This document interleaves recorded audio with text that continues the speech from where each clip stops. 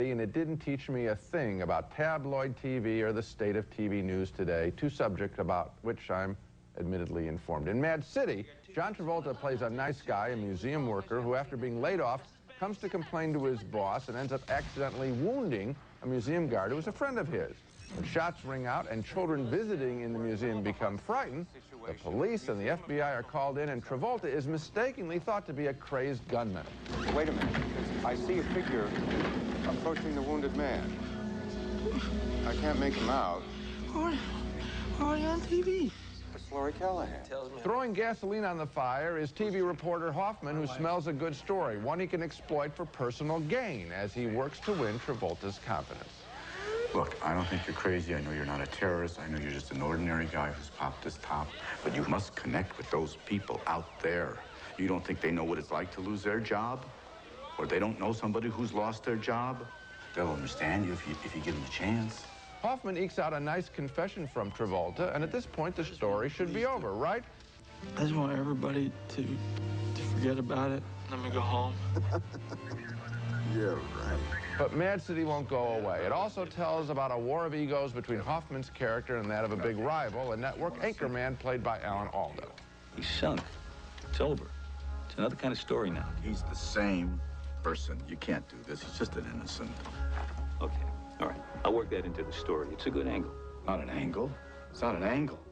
It's the truth. Battling TV egos, nothing new there. The movie Network, which is 21 years old, was smarter about TV and the slick ways an audience is courted. The movie Dog Day Afternoon, which is 22 years old, was a better piece of urban theater. Like I said, I didn't learn a thing watching Mad City, although Dustin Hoffman does a better job with his character, I think, than Travolta does with his.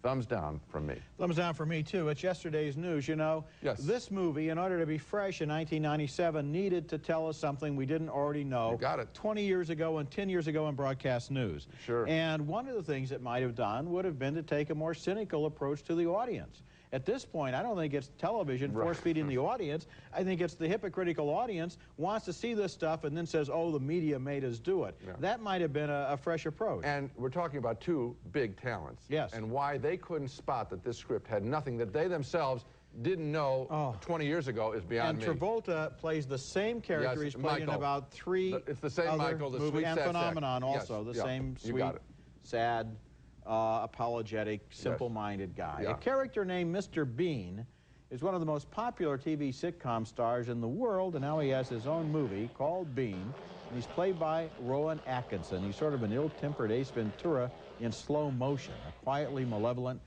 magnet for mischief who has a way of causing trouble and then somehow being amazed at the trouble he's caused. In the new movie Bean, he's the least popular employee at a London art museum, so they gleefully send him to a California museum for 3 months just to get rid of him. Here he is on the flight to America. You're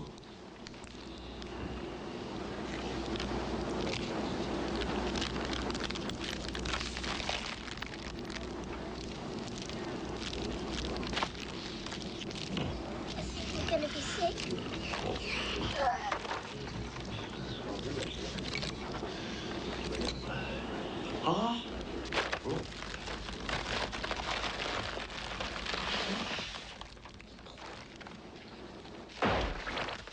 And that's a funny moment. Peter MacNicol plays his American host who takes him to a Los Angeles amusement park. Why don't you get another ticket? Could be more fun second time round.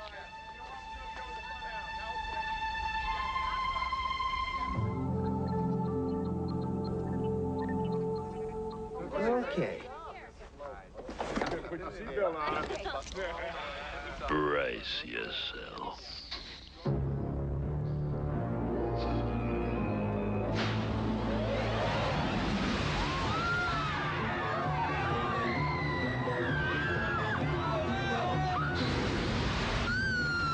Bean's assignment? Assist with the unveiling of the museum's priceless new acquisition, Whistler's Mother.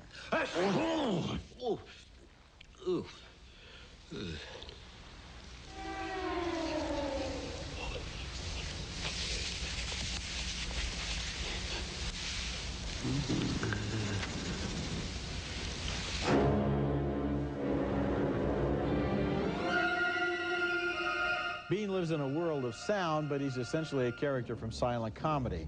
He does manage a few words and a very funny speech in this film, but mostly he limits himself to swallowed, sub-guttural, word-like noises. He's kind of like a bad-mannered Mr. Hulot. I liked a lot of Bean, and I laughed at a lot of it, but not quite enough. Somehow it seemed like the movie ran out of ideas for Bean and added too much material involving the other characters.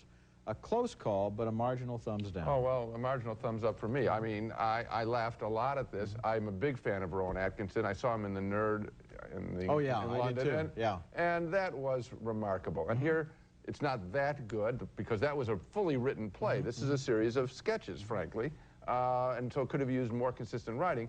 But I think the whole stuff in the museum involving, I mean, this is pretty funny stuff. I mean, when he sneezes on the painting, I'm laughing pretty big. Oh, yeah, when he gives the speech and somehow gets through that speech, that's funny, too. Very funny. But okay. On the other hand, wouldn't you say that although on television he exists in a world of his own, the problem here is he moves into a different world and the other people are not part of the same comic insanity? I haven't seen the television show at all. Okay, and what I'm saying is here, when he's in the museum and it's on him, yes, the stuff elsewhere in L.A., not as good.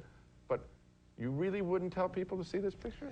I tell them to wait and see it on video, something like that. I never make that distinction. I never have made that distinction. Okay, I don't understand the distinction. If you're going to make a trip out of the home to see a movie, I'd go see a different film. How tough is that? Come on, Roger, we have cars. Maybe one of the films coming up later on this show. Oh, wow. Later on, Samuel L. Jackson is a ladies' man whose wandering eye gets him in big trouble in Eve's Bayou.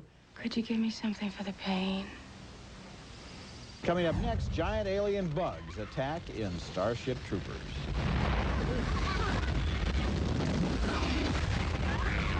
Do you think you'll be okay? Honey, we've got nothing to worry about. The nest is empty.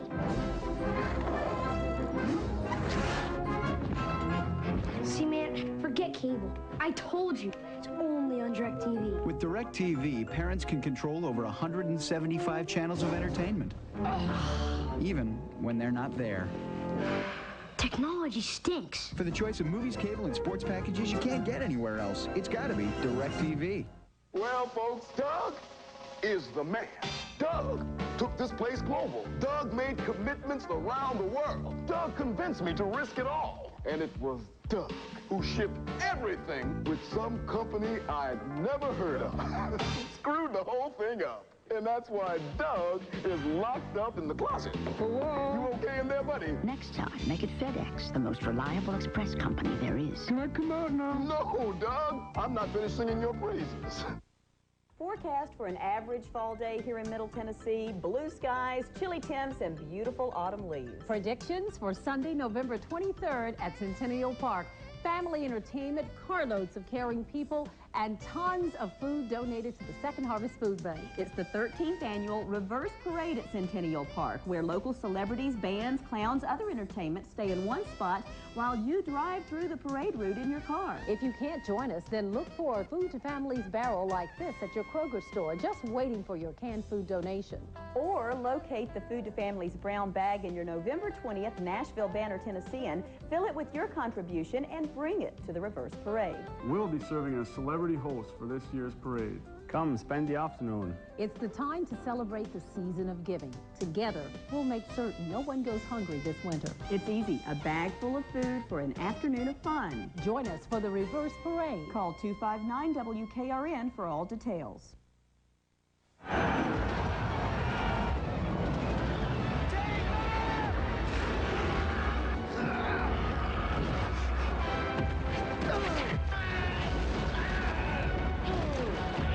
Giant bugs threaten Earth in Starship Troopers, a sometimes spectacular science fiction film that is directed by Paul Verhoeven, pokes fun at the gung-ho killing is fun mentality of old war movies. Here's a group of young college students deciding to join the military. I've been thinking, and I'm gonna do it, Carmen. This is your shadow. I'm gonna go for federal service. That's great. Carl and I are signing up tomorrow. Come with us. And they sign up just in time because on a distant planet, killer giant bugs have launched an attack that ultimately threatens Earth. The computer-generated bugs are awfully impressive on a big screen.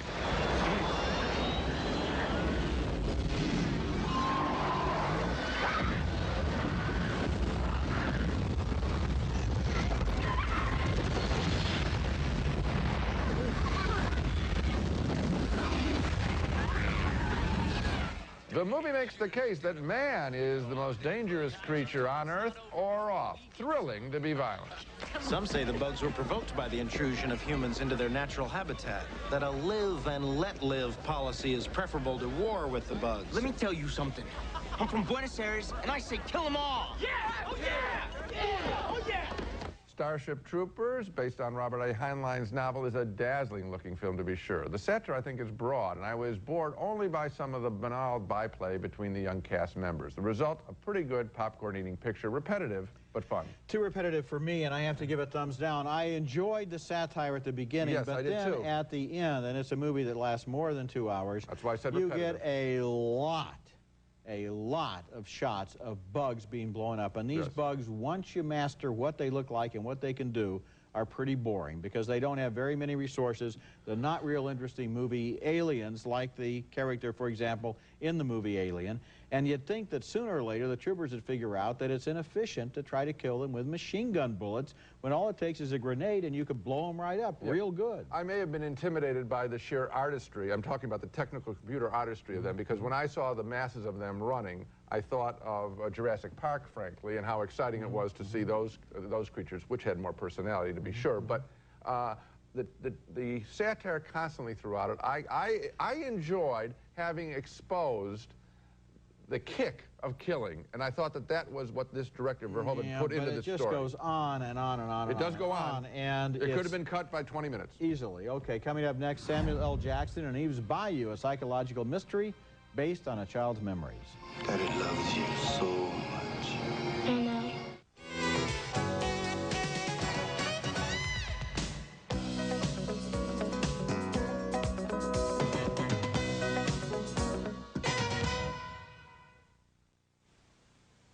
Come on, baby doll. Let's show him how to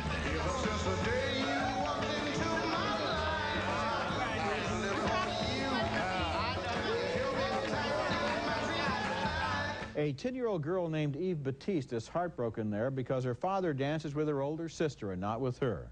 And life in her Louisiana family seems to center around the father, played by Samuel L. Jackson, as a popular doctor and a dedicated ladies' man. Later that night, when Eve thinks she sees her father with a woman who is not her mother, he tries to explain it away. You love Mama? Your mama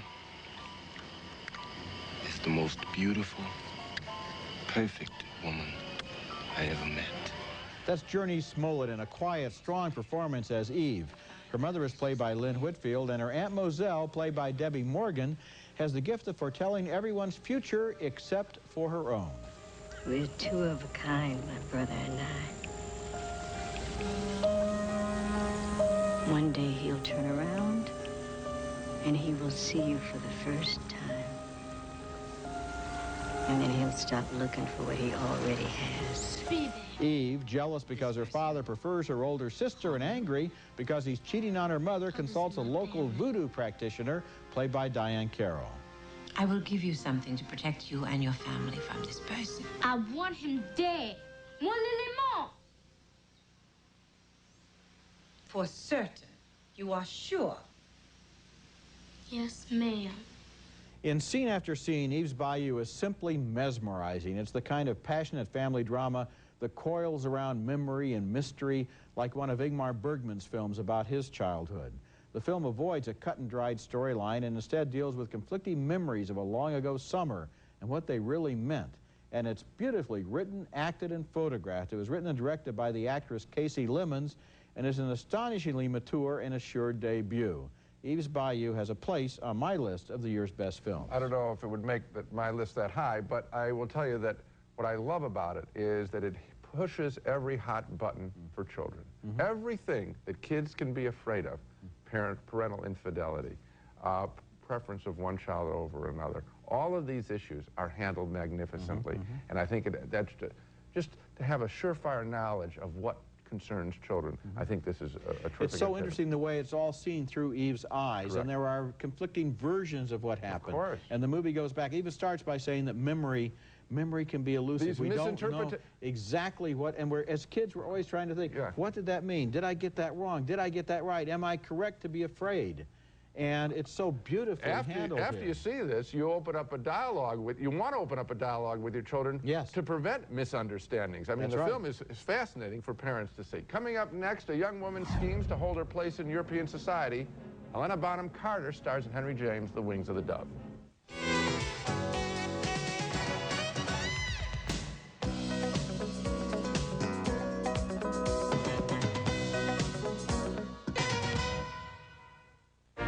The magic is brighter. Isn't it fantastic? The adventure is greater. Whoa! And the fun is bigger than ever. Because Disney's The Little Mermaid is coming to the big screen for a special holiday engagement. Join Ariel, Sebastian, Flounder, and all your favorite friends. Only in theaters, Disney's The Little Mermaid, rated G. I wouldn't miss it. Coming to theaters Friday, November 14th for 17 days only. Teddy Gibbs can't let a sore throat stop him, even when it feels this raw. He toughs it out through the hacking cough, the aches, the fever. But when the job is done, he's desperate for relief. Fast, powerful Theraflu relief. With the first sip of that soothing, lemony hot liquid, he feels comfort instantly. Soon, his throat feels calmed, his cough quieted, his chills warmed.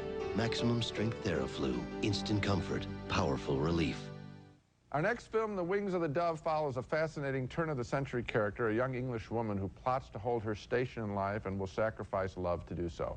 Helena Bonham Carter, a wonderful period actress whose face and manner seem from another era, stars as Kate Croy, who plots behind the back of her lover to fix him up with a dying, wealthier woman so that eventually he will inherit the money and the power it conveys. Here, the scheme is hatched on a trip to Venice. Her lover is played by Linus Roach. You want me to seduce a girl, and you really think she'll just leave me all her money? Yes, Why? because I know her. I know how she loves. And here is that heiress who is absolutely smitten by him, played by Allison Elliott. We have to go all the way inside. Millie, I told you I was going to make a fool of myself tonight. I don't want you to.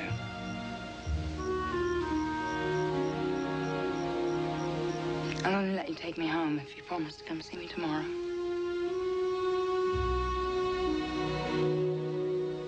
I promise. And the next day. And the day after that. In a very frank moment, Kate confesses to her love the quandary she is in with him. Love is not enough. What if I didn't let you leave tonight? What would happen? I'd be penniless. Cast out of society. And I'd be stuck with you. Good. Maybe it's just perfect that we're reviewing The Wings of the Dove on the same show as a boisterous entertainment like Starship Troopers. This is a small period piece, but the drama of Kate Croy's overreaching ambition is quite powerful and tragic. I like the movie, and as always, the work of Helena Bonham Carter. I don't know if she's a household name, but she ought to be. Well, people have seen her in They've movies. seen her. I don't know if they know her name. And she's good. She's really good in this film. And what's interesting is, as always in Henry James, the ambiguity of the feelings. This is not simply a girl and her guy gang up to steal the money from the dying heiress. It's more like everybody knows what's going on. The heiress knows what's going on. She knows what the score is. And both of the other people like her. And so it's like, it's almost like if everybody had enough money, we wouldn't have any of these problems. Hey, you don't think that's true in life? I think there's a lot of truth I to think that, there's a lot. When we come back, a video pick of the week, a tribute to hard-boiled director Sam Fuller, who died at 85. Don't ever do that. Don't you ever kiss me like that again. What? It was just one of those nights. It was just one of those fabulous flights. When you're searching for something better, when you're looking for a change, every once in a while,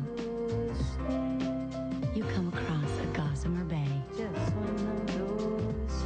Capture something better.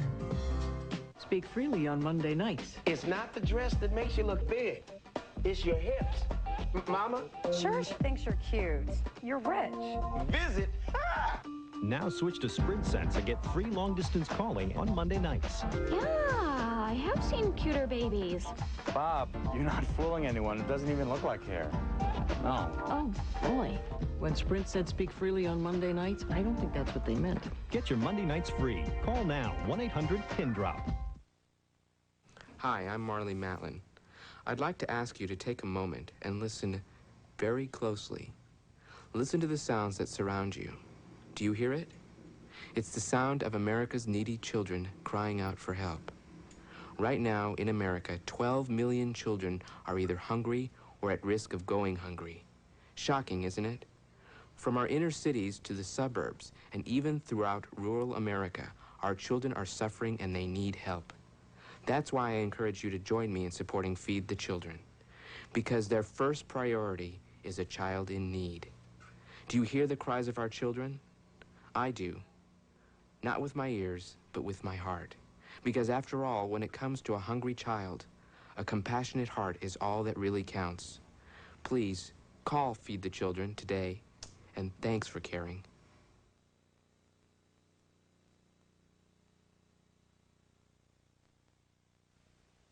Siskel and Ebert's Video Pick of the Week is brought to you by Nestle Raisinets. At the movies or at home, Raisinets.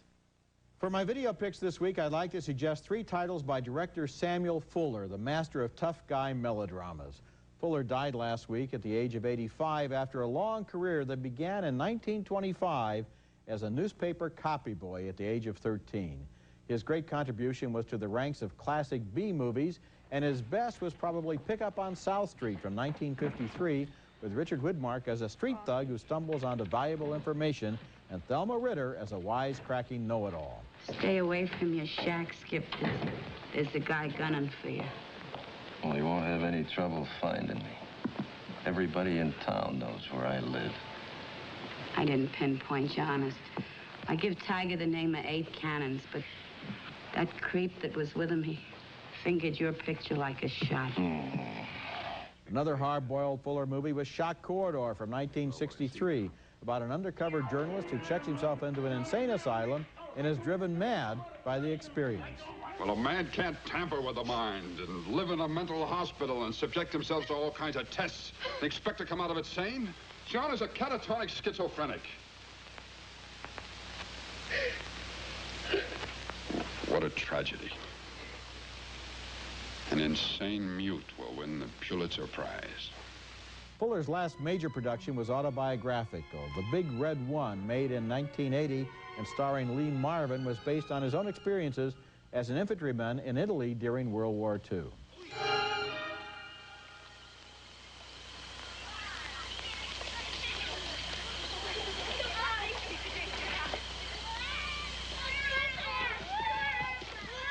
Sam Fuller was a maverick who talked tough, like the cynical tabloid newspaperman he started out as. When he won the Lifetime Award 2 years ago at the Independent Spirit Awards, they gave him a standing ovation, and no wonder, because Sam Fuller embodied the spirit of independent film. Now let's take another look at the movies we reviewed on this show. 2 thumbs down for the disappointing media drama Mad City, although we liked the sharp edge of the Dustin Hoffman character. A split vote on Bean. I thought it had some great moments, but placed its weird character too much in the real world. Gene enjoyed the film's big laughs. We split again on Starship Troopers. I felt it started out well, but degenerated into a repetitive shooting gallery.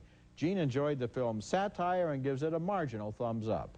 2 enthusiastic thumbs up for Eve's Bayou, the poetic story of a young girl's loss of innocence. And 2 more thumbs up for The Wings of the Dove, and especially for Helena Bonham Carter's performance as a woman who must balance love and money. So some good films this week, and I think the real discovery is Eve's Bayou for me. That's the name that you won't be hearing in the 30-second TV ads for movie this week, so remember, Eve's Bayou. And remember, you can check our votes and hear our reviews of recent movies at our website. The address is Siskel-Ebert.com. That's it for this week. Next week, we'll be back with reviews of more new movies, including The Jackal, starring Bruce Willis as an assassin being tracked by terrorist Richard Gere, and The Man Who Knew Too Little, starring Bill Murray as a clueless American caught up in British espionage. That's next week, and until then, the balcony is closed.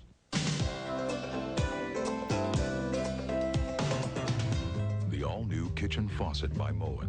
The only thing we didn't change is how long it lasts. Moen.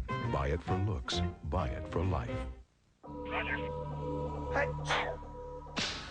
Can't afford to be sick? Try great-tasting Quantum Zinc lozenges. Nothing makes your cold shorter.